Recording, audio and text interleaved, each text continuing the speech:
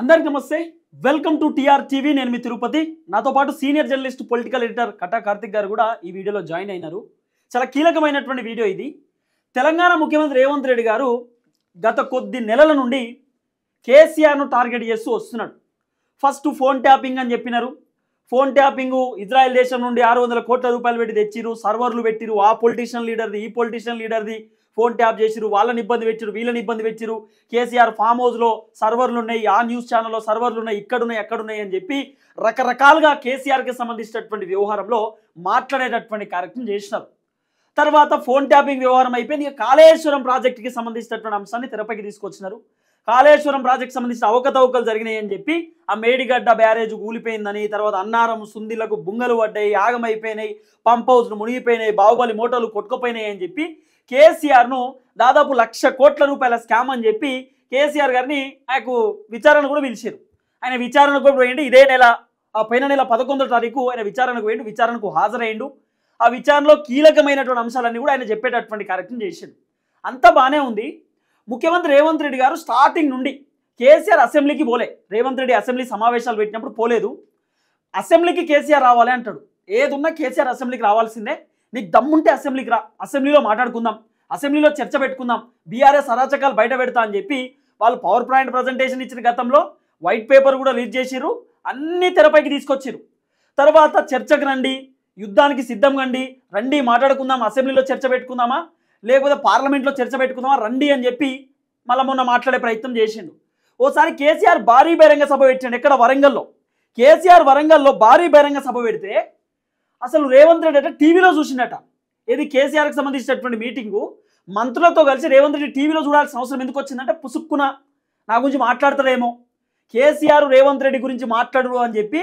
Congress party ఎమ్మెల్యేలు ఎంపీలు మంత్రులు ఎమ్మెల్సీలో క్లారిటీ ఉంది కేసీఆర్ రేవంత్ రెడ్డి గురించి మాట్లాడాడు రేవంత్ రెడ్డిని పెద్దగా ఆయన అనుగుణంలోకి తీసుకోడు అని చెప్పి చాలామంది అనుకున్నారు కానీ రేవంత్ రెడ్డి గారు చూసిరు సభ టీవీలో పెట్టి మరి కేసీఆర్ నా గురించి మాట్లాడతలేమో నన్ను తిడుతాడేమో నా పేరు తీసి మాట్లాడతాడేమో అనుకున్నారు మాట్లాడలే అసలు కేసీఆర్ ముఖ్యమంత్రి అనే మాట తప్ప రేవంత్ రెడ్డి అనేటటువంటి పదమే తీయలే ఎక్కడ తీయలే ఆఖరికి పార్లమెంట్కి సంబంధించినటువంటి ఎన్నికల ప్రచారంలో కూడా అసలు రేవంత్ రెడ్డి పేరు పెద్దగా తీయకపోవడానికి గల కారణం ఏందనేది పెద్ద క్వశ్చన్ మార్క్ బట్టి విక్రమార్క పేరు తీసిండు కోమటిరెడ్డి పేరు తీసిండు కాంగ్రెస్ మంత్రుల పేర్లు తీసిండు తర్వాత కొంతమంది ఎమ్మెల్సీల పేర్లు తీసిండు కానీ ముఖ్యమంత్రి పేరు తీయలే ఎందుకు తీస్తలేడు నా పేరు అసలు నా పేరు ఎందుకు ప్రస్తావిస్తలేడు నా గురించి ఎందుకు మాట్లాడతలేడు నా గురించి ఎందుకు చెప్తాడు నన్ను ఒక ముఖ్యమంత్రి లెక్క ఎందుకు చూస్తలేడు ఇప్పుడు రేవంత్ రెడ్డి బాధ అంతా ఇదే అన్నట్టే కనబడుతున్నది రేవంత్ రెడ్డి తనను తాను ప్రూవ్ చేసుకోవడానికి అంటే ఆయన ఏంటంటే ఆయన చెప్పిండు కదా అందరు ముఖ్యమంత్రుల కంటే ఒక మంచి పేరు తెచ్చుకోవాలి నేను చంద్రబాబు నాయుడు కంటే ఎక్కువ పేరు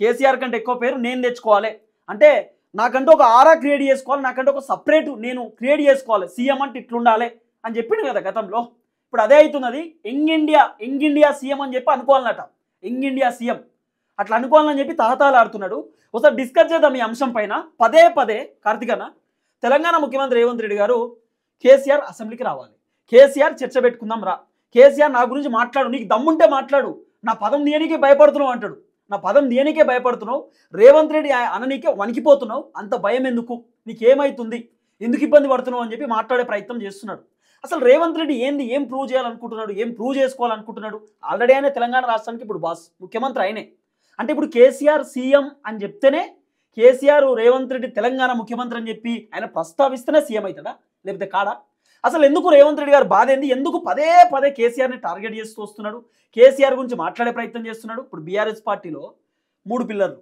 ఒకటి కేసీఆర్ గజస్తంభం లెక్క పెద్ద పిల్లరు రెండోది కేటీఆర్ మూడోది హరీష్ రావు సరే కవిత అంటే సపరేటు ఆమె దుకాణం పెట్టుకుంది కాబట్టి ముగ్గురు మరి ఈ 3 పిల్లర్లు ఉంటే ఈ 3 పిల్లర్లలో కేటీఆర్ను హరీష్ రావును ఉద్దేశించి కూడా మాట్లాడవచ్చు కదా కానీ అది లేదు నా స్థాయి కేటీఆర్ కాదు నా స్థాయి హరీష్ రావు కాదు నా స్థాయి కేసీఆర్ అంటాడు మరి కేసీఆర్ అట్లా చూస్తున్నాడా రేవంత్ రెడ్డిని ఎవరి స్థాయి అయినా ప్రజాస్వామ్యంలో డిసైడ్ చేసేది ప్రజలే అంతే ఎస్ ఇప్పుడు రేవంత్ రెడ్డిని గుర్తించాల్సింది కేసీఆర్ కాదు ప్రజలు అవును రేవంత్ రెడ్డి పరిపాలన బాగుంది అనుకుంటే కేసీఆర్ గుర్తించినా గుర్తించకపోయినా తెలంగాణ ప్రజలు మళ్ళా ఓటేస్తారు మళ్ళా గెలిపేస్తారు కానీ అనవసరంగా కేసీఆర్ నన్ను గుర్తించాల్సిందే అనేటువంటి వ్యామోహం ఏదైతే ఉందో అది కరెక్ట్ కాదు నిజానికి ఒక కీలక విషయం ఏంటంటే బీఆర్ఎస్ పార్టీకి చీపు కేసీఆర్. అవును. ఇప్పుడు బీఆర్ఎస్ పడే ప్రతి ఓటు వెనకాల కూడా కేసీఆర్ చూసే ఓటేస్తారు.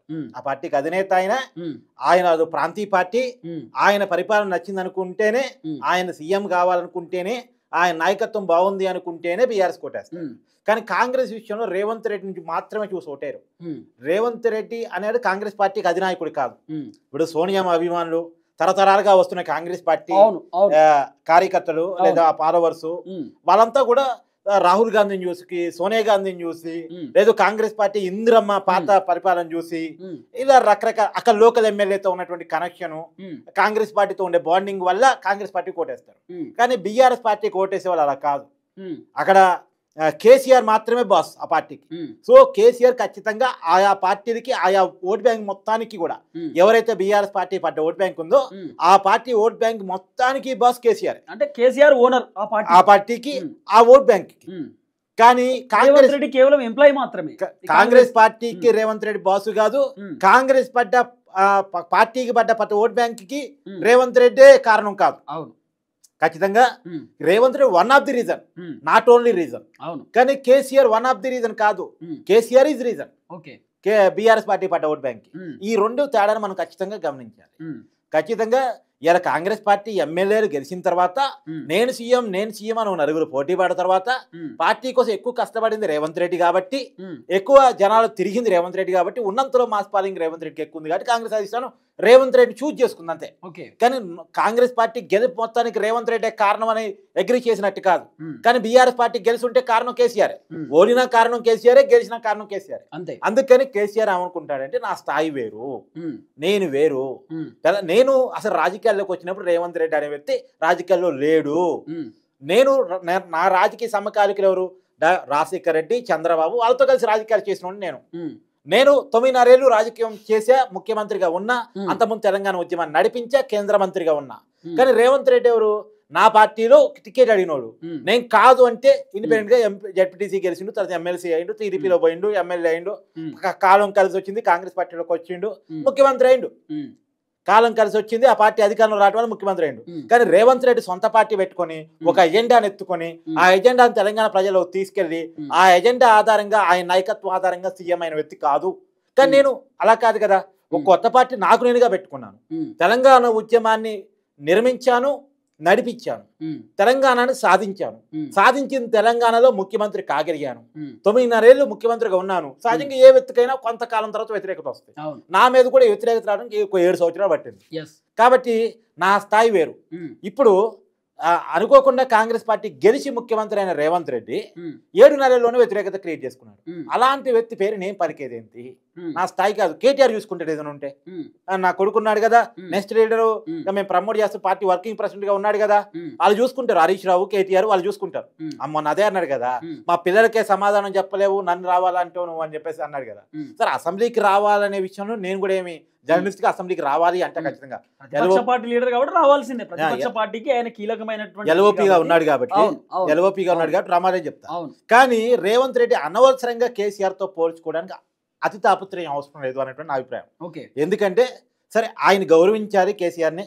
అదే క్రమంలో నెక్స్ట్ ఈయన పరిపాలన ఈయన తనదైన శైలిలో చేసుకుంటూ ముందుకెళ్ళాలి. నువ్వు ప్రజల గుర్తింపు కోసం తాపత్రయపడాలి తప్ప కేసీఆర్ నా గురించి మాట్లాడాలి, కేసీఆర్ నా గురించి ఆలోచించాలి, కేసీఆర్ అని తప్పిస్తే వచ్చేదేమీ లేదు. ఈయన ఎంత తప్పించినా ఆయన పట్టించుకున్న తట్టు లేడు యాక్చువల్గా. కాబట్టి ఆ తప్పన అవసరం లేదేమో అనేటువంటి నా అభిప్రాయం. ఇంకోటి కూడా, ఇప్పుడు కేసీఆర్ అవినీతి అన్నాడు. ఇప్పుడు నువ్వు ఇందాక 2-3 కేసులు చెప్పావు. ఫోన్ ట్యాపింగ్ కేసు చెప్పావు. ఎన్నాళ్ళైతుంది ఆ ఫోన్ ట్యాపింగ్ కేసు విచారణ కాదు. ఇప్పుడు ఫస్ట్ ప్రణీత్ రావు అన్నారు. ప్రణీత్ రావు చెప్పేదాంట్లో నెక్స్ట్ ఇంకెవరో వస్తే తప్ప నిజాలు రావు అన్నారు. అదే రాధాకిషన్ రావు వచ్చినప్పుడు ఇక అయిపోయింది, కేసీఆర్ పేరు బయటకు వచ్చింది అన్నారు. కానీ ఆయన బీఆర్ఎస్ సుప్రీం అన్నాడని కూడా చర్చలు వచ్చినాయి. తర్వాత లేదు కాదు, ప్రభాకర్ రావు వస్తే గానీ కేసీఆర్ పేరు బయట రాదని. ప్రభాకర్ రావు వచ్చి కూడా నెల అవుతుంది. మరి ఎక్కడ కేసీఆర్ పేరు బయటకు వచ్చింది? నిన్న మొన్న ఎక్కడ వార్త చూశాను, ఏదో నేషనల్ పేపర్ లో, ద హిందూ, నేషనల్ క్రెడిబిలిటీ ఉన్నటువంటి పేపర్. అక్కడ ఏమొచ్చింది, అసలు ఏ హీరోయిన్ ఫోన్ ట్యాప్ కాలేదట.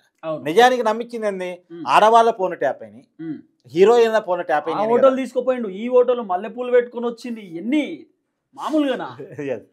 భయంకరంగా రకరకాలుగా వార్తలు కూడా చిత్రీకరించేటటువంటి కార్యక్రమం చేసినారు. Hmm. వాస్తవానికి బేసిక్ గా పొలిటికల్ లీడర్ల పైన వెరీ కామన్ కదా వార్తలు వేయడం అదంతా ఫోన్ కూడా. ట్యాపింగ్ జరిగిందా లేదా ఒక అంశం, ఉమ్, జరిగిందని నిరూపించగల చూపించాల్సింది ప్రజల ముందు. ఉమ్, ఆ చూపించడంలో ఫెయిల్యూర్ ఎక్కడ జరుగుతుంది ఉమ్, అంటే అధికారులు కూడా నేను గుర్తించట్లేదా, అధికారులు ఎంక్వైరీ సరిగ్గా చేయట్లేదా, ఉమ్. ముఖ్యమంత్రిగా నిన్ను కానీ నీ ప్రభుత్వాన్ని కానీ గుర్తించట్లేదా అంటే అనేది ఏం జరిగింది ఇక్కడ అంటే లీడర్ల పైన కామన్ గానే వార్తలు రాస్తారు, అంటే రకరకాల ఊహాగానాలు వస్తాయి. కానీ ఇక్కడ కామన్ కాదు, జర్నలిస్ట్లే చెప్తారు. కొంతమంది జర్నలిస్టులు కేటీఆర్ దగ్గరికి హీరోయిన్ వచ్చింది, జర్నలిస్ట్లే అట్లా చెప్పేసరికి కొంత కాంట్రవర్సీ కూడా అయింది కదా, మనం అన్నీ అదే. చూసినాం కదా. కొన్ని ఏదైనా కూడా మీడియా సంస్థల పైన దాడులు ఏదైనా- కూడా మనం ఖచ్చితంగా ఖండిస్తాం. ఏదైనా సిట్టు విచారణలో వచ్చే దాన్ని మనం చెప్పాలి తప్ప Yes. మనంతట మనం చెప్పడానికి మనంతట మనం ఒక జస్టిఫికేషన్ ఇచ్చి జనాల్ని తప్పుదో పట్టించడానికి లేదు. లేదు. Yes. ఇంకోటి కూడా ఉమ్, సరే ఆ కేసు పక్కన పెట్టు, ఉమ్, ఈ కేటీఆర్ మీద కేసు ఈ ఉమ్. ఫార్ములా కార్పొరేషన్ అవును, అవును. నిరూపించింది ఏంది? ఉమ్, సరే కాళేశ్వరం ప్రాజెక్ట్ అన్నారు, ఉమ్, కాళేశ్వరం ప్రాజెక్టు ఉమ్, 1,00,000 కోట్ల అవినీతి అన్నారు. ఉమ్, దాని మీద ఒక వైరల్ అయింది, ఏది రేవంత్ రెడ్డి మామే, ఉమ్, ఏది అసలు ఆ ప్రాజెక్టుకే 1,00,000 కోట్లు కానప్పుడు 1,00,000 కోట్ల అవినీతి ఎక్కడ అసలు? ఉమ్. ఆ ప్రాజెక్ట్ కాస్తే 80,000 కోట్ల రూపాయలు అంటున్నారు. 84,000 కోట్లు. 84,000 కోట్ల అంతే. రూపాయలు. ఉమ్, 84,000 కోట్ల రూపాయల ప్రాజెక్టులో 1,00,000 కోట్ల అవినీతి జరిగింది ఎక్కడన్నా అసలు? ఉమ్, సో అదే 10 రూపాయలు జేబులోనే 100 రూపాయలు అవినీతి చేసినట్టుంది. ఉమ్. జేబులో ఉందే 10 రూపాయలు, 100 రూపాయల అవినీతి ఎక్కడి నుంచి వస్తుంది నీకు? ఉమ్, కాబట్టి ఇది కరెక్ట్ కాదు అనేటువంటిది జనంలోకి వెళ్ళింది. ఉమ్, అంటే ఏ అవినీతిని రేవంత్ రెడ్డి ప్రభుత్వం ఈ 18 నెలల కాలంలో నిరూపించింది? ఉమ్, సరే అరెస్ట్ చేయటం, జైల్లో పెట్టడం పక్కన పెట్ట, అసలు ఉమ్, నిరూపించినటువంటి ప్రాథమిక ఆధారాలు చూపించినటువంటి కేసు ఒక్కటని చూపించు. ఉమ్. ఈ ఫార్ములా కాళేశ్వరం అన్నారు ఆఖరికి. ఇప్పుడు కాళేశ్వరం గురించి, ఉమ్, ఇప్పుడు కాళేశ్వరం అనేది ఈవెన్ దో దేశంలో ఉన్నటువంటి జడ్జిలు కూడా పొగుడుతూ ఉన్నారు, ఉమ్, అదొక బ్రహ్మాండమైన ప్రాజెక్టు, ఉమ్, ఈ ప్రపంచంలో అత్యంత పెద్ద ఎత్తిపోతల పథకం, ఉమ్, దాన్ని సరిగా వాడుకుంటే కొన్ని లక్షల ఎకరాల నీరు ఇవ్వచ్చు అని. ఉమ్, నేను టైట్గా అడుగుతున్నా, సరే ఉమ్, కాళేశ్వరం అవినీతి కావచ్చు, ఉమ్, అసలు కాళేశ్వరం మీద ఎంక్వైరీ చేసింది కాంగ్రెస్ ప్రభుత్వం? ఉమ్. కేవలం ఒక మేడిగడ్డ మీద ఎంక్వైరీ చేసింది. అవును. కేవలం మేడిగడ్డ, అది కాళేశ్వరం కమిషన్ కాదు నడుస్తుంది, ఉమ్, మేడిగడ్డ కమిషన్. ఉమ్, ఎందుకంటే కేవలం మేడిగడ్డకి సంబంధించిన అవినీతి మీద విచారణ జరుపుతున్నారు తప్ప ఉమ్, కాళేశ్వరం మొత్తం ప్రాజెక్టు మీద విచారణ జరపట్లే. ఉమ్, నిజంగా కాళేశ్వరం ప్రాజెక్టు అవినీతిమయం ఉంటే ఉమ్. ఎందుకు విచారణ జరపట్లే? ఓకే. ఎందుకు విచారణ జరపట్లే ఉమ్, అని మీరు కూడా ఒప్పుకుంటున్నారా? కాళేశ్వరం గొప్ప ప్రాజెక్టే అని. ఉమ్, ఏదో మేడిగడ్డ కాడ పిల్లలు కుంగిని కాబట్టి, ఉమ్, మోటార్లు కొట్టుకుపోయినాయి కాబట్టి ఉమ్, ఆ 2 అంశాల ఆధారం తీసుకొని మీరు విచారణ జరుపుతున్నారు తప్ప ఉమ్. మొత్తం కాళేశ్వరం ప్రాజెక్టు మీద మీరు విచారణ ఎందుకు జరిపించలేకపోతున్నారు? ఓకే. ఇక్కడే రేవంత్ రెడ్డి ఫెయిల్యూర్స్ కనపడతా ఉన్నాయి, ఉమ్, కేసీఆర్ పాజిటివ్స్ కనపడతా ఉన్నాయి. ఉమ్. అంటే కేసీఆర్ పాజిటివ్ ని ఎత్తి చూపిస్తుంది రేవంత్ రెడ్డి. Yes. అనవసరంగా కేటీఆర్ ఎక్కువ తలుచుకోవడం ద్వారా, కేసీఆర్ గుర్తింపు పొందాలనుకోవడం ద్వారా ఉమ్. కేసీఆర్ చేతిలో తీసిపోయి అధికారాన్ని పెట్టడం అవుతుంది. ఇప్పుడు ఎందుకు మరి రేవంత్ రెడ్డి పదే పదే కేసీఆర్ గుర్తింపు కావాలని ఎందుకు అనుకుంటుంటే, కేసీఆర్ నా పేరు పలకాలి, ముఖ్యమంత్రి రేవంత్ రెడ్డి అని అనాలి అని ఎందుకు అట్లా? అంటే వాస్తవం ఏంటంటే రేవంత్ రెడ్డికి ఉంది ఏంటంటే తన స్థాయి ఎక్కడ కేసీఆర్ తో పోల్చుకోవాలి. ఉమ్. కేసీఆర్ ఏమో కేటీఆర్ తో పోలుస్తున్నాడు. కేసీఆర్ ఎలా ముఖ్యమంత్రి నేను అలా ముఖ్యమంత్రి. అవును, అవును, ఆయన తర్వాత ఆయన ఓడించి నేను ముఖ్యమంత్రి అయ్యా, అవును. కేసీఆర్ పరిపాలన ఓడించి నేను ముఖ్యమంత్రి అయ్యా. ఉమ్, కాబట్టి కేసీఆర్ నన్ను గుర్తించాలి. ఉమ్, నా చర్చ మాజీ ముఖ్యమంత్రితోటి, ఉమ్, నా స్థాయి మాజీ ముఖ్యమంత్రితోటి, ఉమ్, నేను ఆయన, ఉమ్. నాదిగా నేను కాకపోతే ఆయన సీఎం, ఆయన కాకపోతే నేను సీఎం, అవును. ఇదే నా స్థాయి ఆయన అనుకుంటున్నాను. ఉమ్, నేను సొంత పార్టీ పెట్టుకుని ఎజెండా పెట్టుకొని గెలిపించుకొని తెలంగాణ సాధించుకొని సీఎం అయిన నేను, ఉమ్, నువ్వు కాంగ్రెస్ పార్టీ గెలిస్తే కాంగ్రెస్ పార్టీలో ఎమ్మెల్యేలో ఒకరు నువ్వు, ఉమ్, అందులో నీ సిట్టింగ్ ఎంపీ నువ్వు గెలిపించుకోలేవు, ఉమ్, లేదు నీ సిట్టింగ్ జిల్లాలో నువ్వు ఎంపీని గెలిపించుకోలేవు, ఉమ్. నీ స్థాయి ఎక్కడ నా స్థాయి ఎక్కడ అనేటువంటిది కేసీఆర్కి ఉంది. ఓకే. అంటే నీ సొంత పార్టీతో, నువ్వు సొంత వ్యక్తిత్వంతో, నీ సొంత లీడర్షిప్తో పార్టీని పెంచి పెద్ద చేసి గెలిపించుకొని నువ్వు దానికి ఓనర్ అయి ఉంటే నువ్వు నేను సమానం అనుకునేవాళ్ళు. ఉమ్, కానీ అలా కాదు కదా. ఉమ్, నువ్వు పుట్టింది బీఆర్ఎస్ లో, ఉమ్. పెరిగింది టీడీపీలో, ఉమ్. అధికారం తెచ్చుకోగలిగింది కాంగ్రెస్ లో. Yes. కాబట్టి నువ్వు నాతో సమానం ఎక్కడ ఉమ్. అనేటువంటిది, అంటే పార్టీలు దూకి ప్రమోషన్ పొందినోడి నువ్వు. ఉమ్, ఇప్పుడు నువ్వు కంపెనీ పెట్టావు తిరుపతి, ఉమ్, నీ టీఆర్ టీవీ నీదే, ఉమ్, నీ టీఆర్ టీవీ నీదే, ఉమ్. నీ టీఆర్ టీవీ పెట్టింది నువ్వే, ఉమ్. 10 సబ్స్క్రైబర్ని తెచ్చుకుంది నీ పేజ్ చూసే. అవును. కానీ నీ ఛానల్కి నువ్వు ఓనరు. ఉమ్, కానీ రకరకాల ఛానల్ తిరిగి ఉమ్, అక్కడ అక్కడ అక్కడ అక్కడ కనపడి ఉమ్. ఫేమస్ అయినోడికి నీకు తేడా ఏంటి? అవును. నీ ఛానల్కి ఉన్న, అంటే నువ్వేమనుకుంటావు అంటే ఉమ్.